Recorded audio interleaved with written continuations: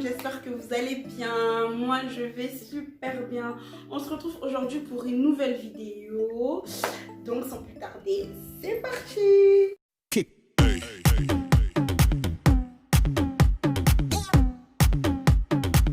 Donc j'ai rencontré un gars.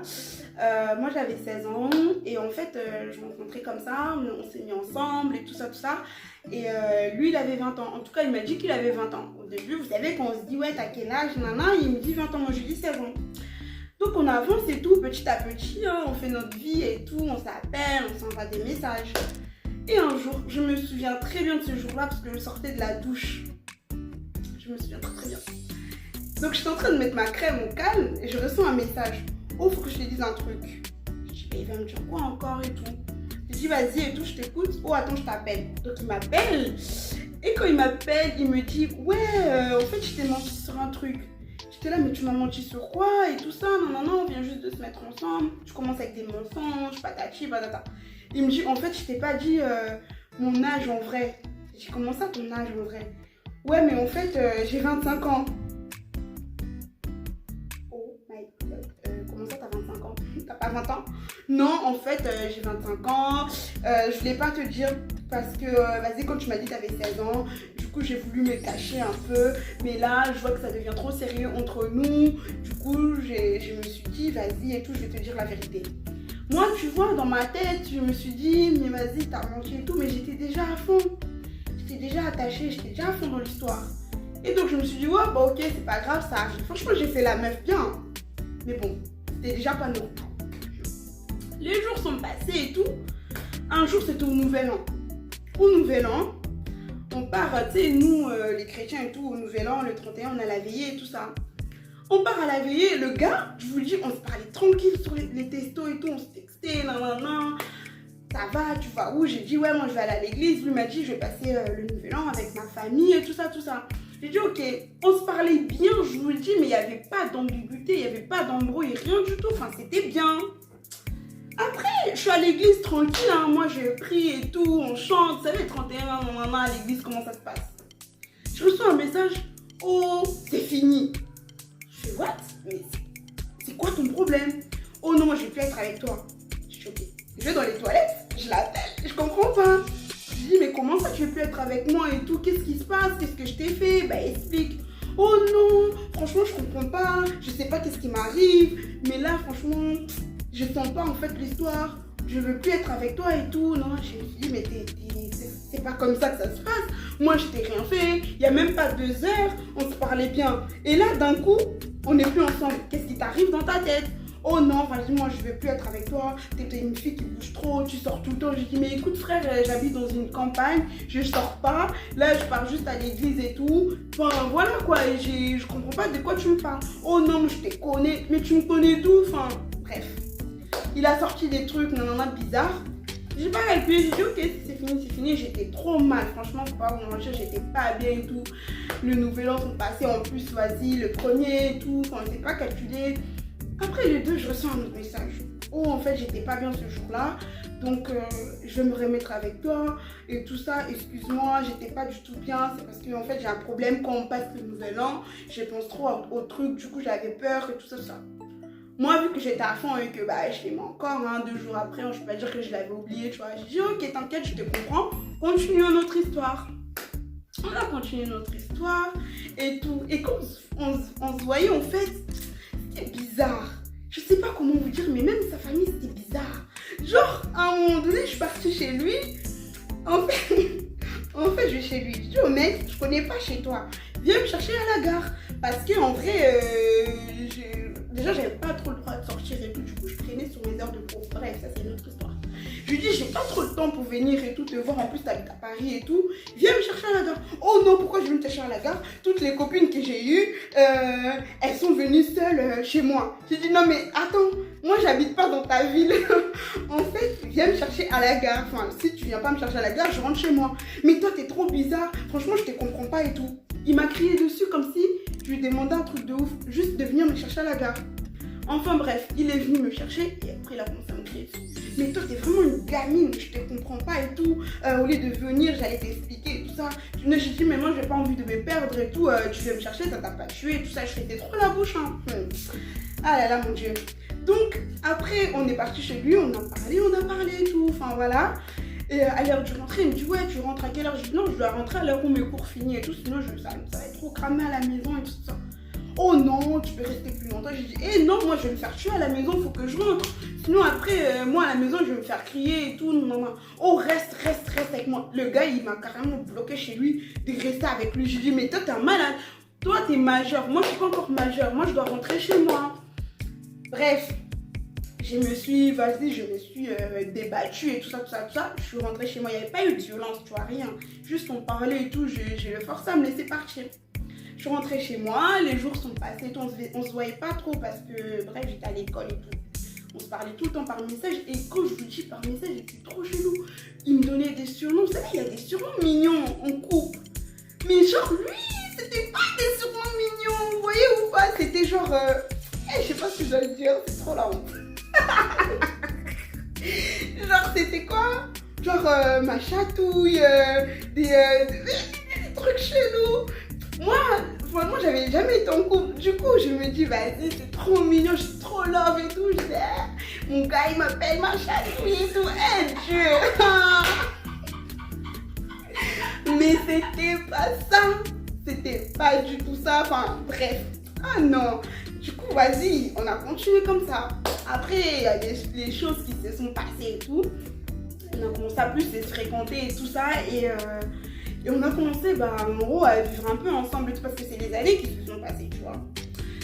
On est restés longtemps ensemble. Et en fait, en vivant avec lui, c'est des petits trucs, c'était c'est genre, je crois que c'est Dieu qui me montrait que fais attention.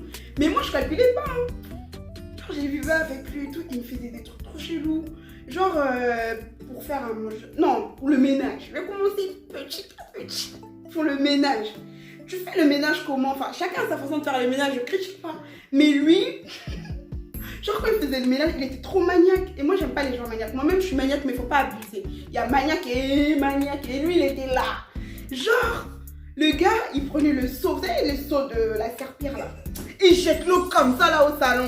Et moi je suis là, il y a mes affaires, tu jettes l'eau comme ça, d'où en fait?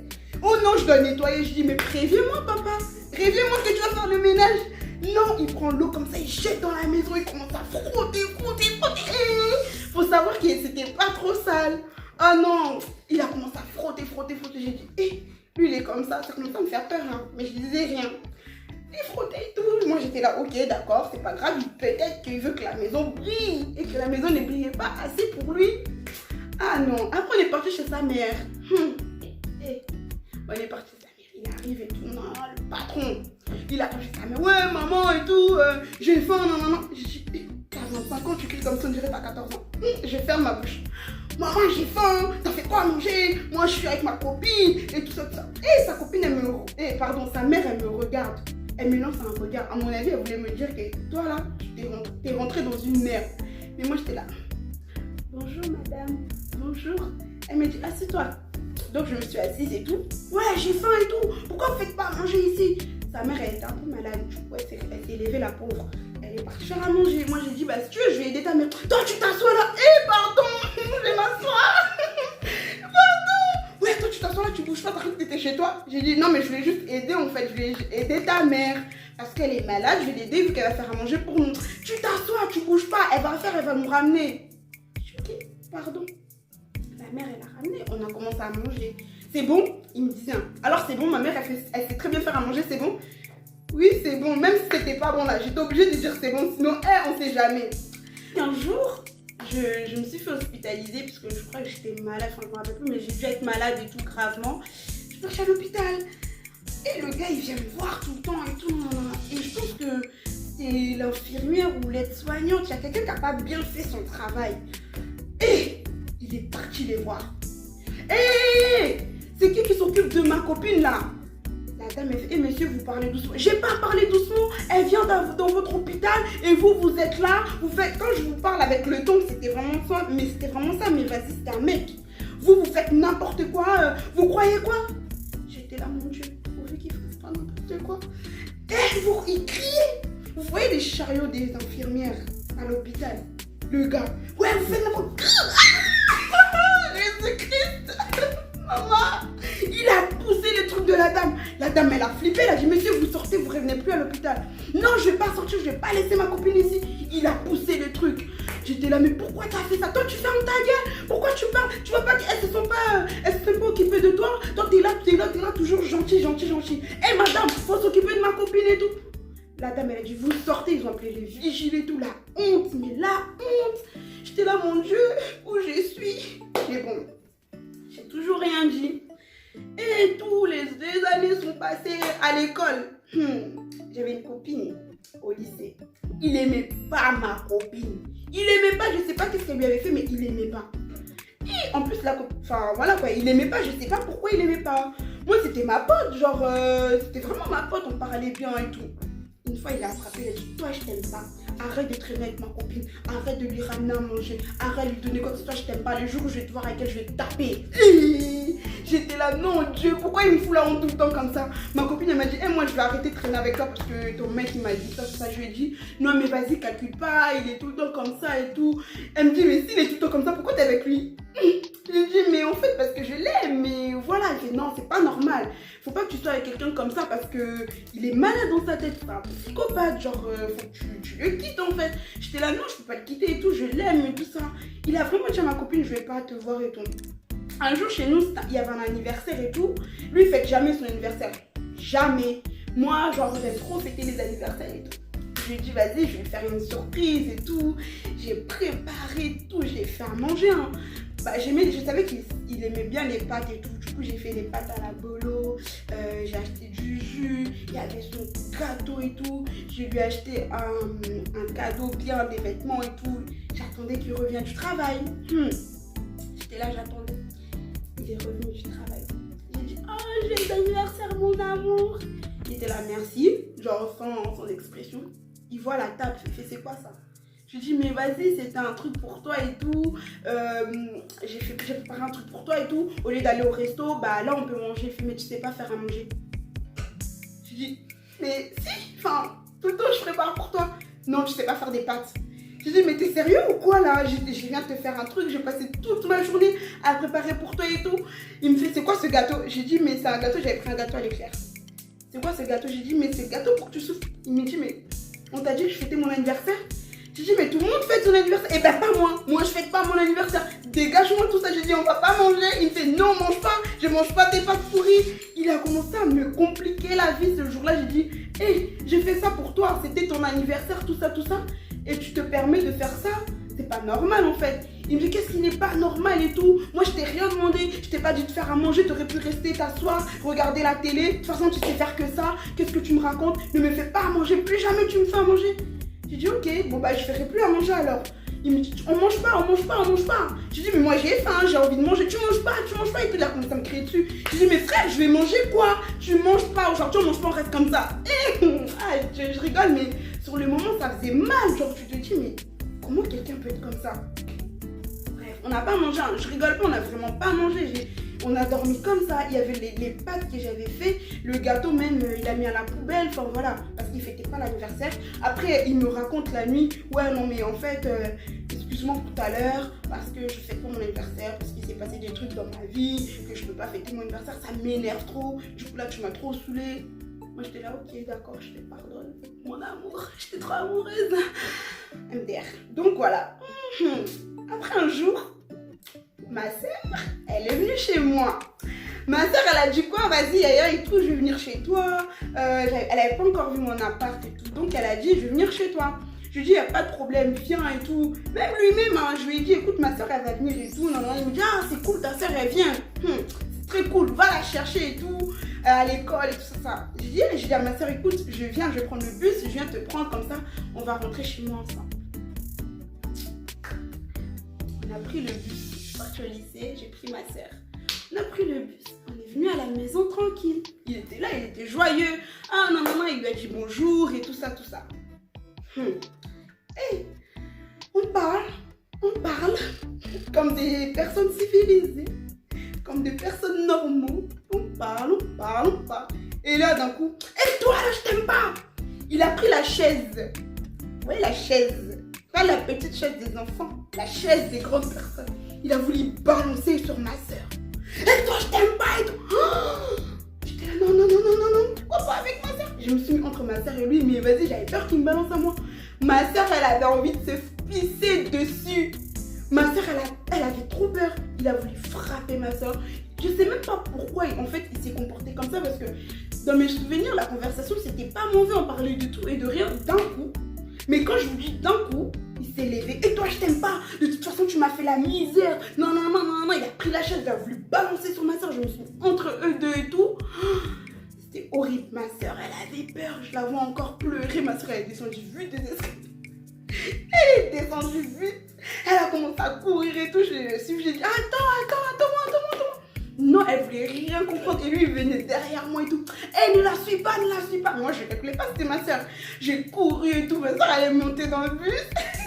Bon, ça, c'est ma soeur qui me raconte. Après, elle me dit, quand elle est montée dans le bus, limite, elle disait au chauffeur, démarrez, il va me faire du mal, fermez les portes.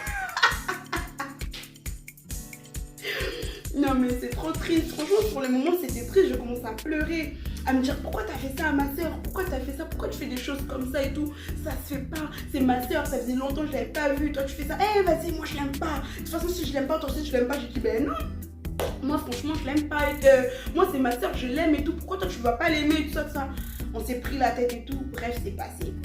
Après, un jour, il me raconte pas une histoire. On est parti chez son père. Et vous savez, c'était des gens un peu sanguins. Tu vois, son père, il fait un peu sa taille, tu vois. Des gens sanguins et tout, ça crie à la maison et tout. Pas au mauvais, hein, genre l'ambiance et tout, mais c'est des sanguins. Et après, son père, il a dit un mot qui n'allait pas. Et il se lève. Tu parles pas comme ça, il colle son père comme ça. Moi, j'avais jamais vu ça de ma vie. Chez nous, tu peux pas taper ton père. Nous, chez nous, on tape pas son papa. Il a collé son père comme ça. Tu parles pas avec moi. Tu te prends pour qui? C'est pas parce que je suis dans ta maison que tu dois me parler comme ça. Son père, il a dit, allez, lâche-moi. Et c'est parti en couille entre père et fils. Jésus-Christ, j'étais là, mon Dieu. Qu'est-ce que je fais là? Après, il me dit, toi, lève-toi, on y va. Il me parlait toujours comme ça. Toujours comme une chienne, en fait. Toi, lève-toi, on y va. On va pas rester ici et tout. Les gens nous prennent pour des cons. Ils sont là à nous critiquer. Non, parce qu'en fait, sa famille disait que ouais, c'est trop grand pour... trop adulte pour elle, au fait. Enfin, bref, parce qu'on avait vraiment les... Pardon. On était vraiment trop... Enfin, nos âges étaient vraiment beaucoup. Bref. Donc, c'était une blague, hein. Mais vas-y, on avait juste 4 ans de différence. Et donc... Non, pas 4 ans. Et beaucoup plus même.